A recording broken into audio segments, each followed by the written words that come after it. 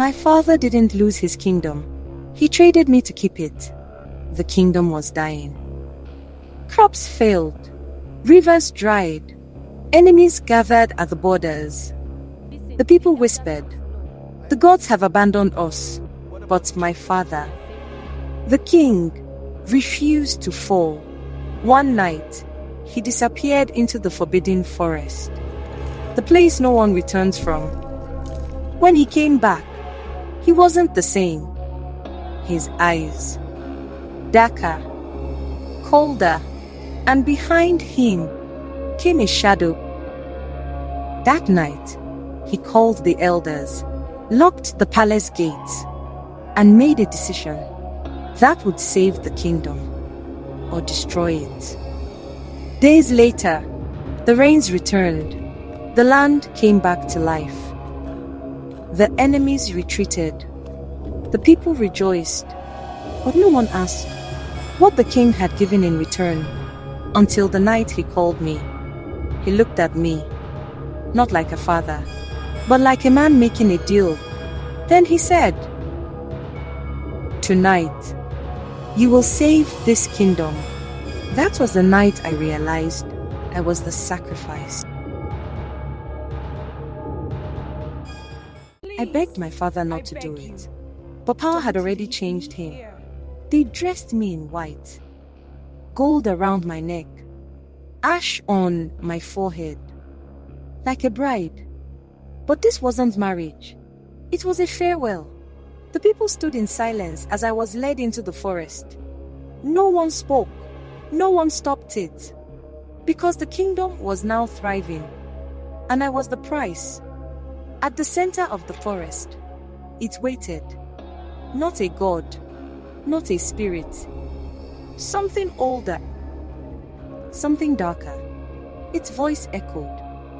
"The king has chosen well," I screamed. Cried, called my father, but he didn't move. He just stood there, watching. Then it spoke again. "A life for power, a daughter for a throne."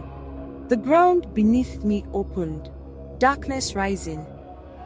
Pulling me in, I reached for him. One last time. And for a moment, I saw it. Regret. But it was too late. I was gone. But the sacrifice did not end that night.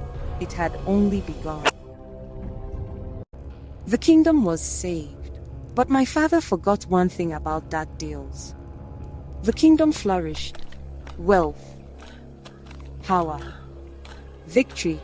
My father became unstoppable. But slowly, something began to change. At night, he heard my voice, whispering, calling him. At first, he ignored it. Until one night, he followed it back to the forest, to the place he gave me away. The ground opened again, and this time, I came out. But I was no longer his daughter. My eyes, dark. My voice, not mine.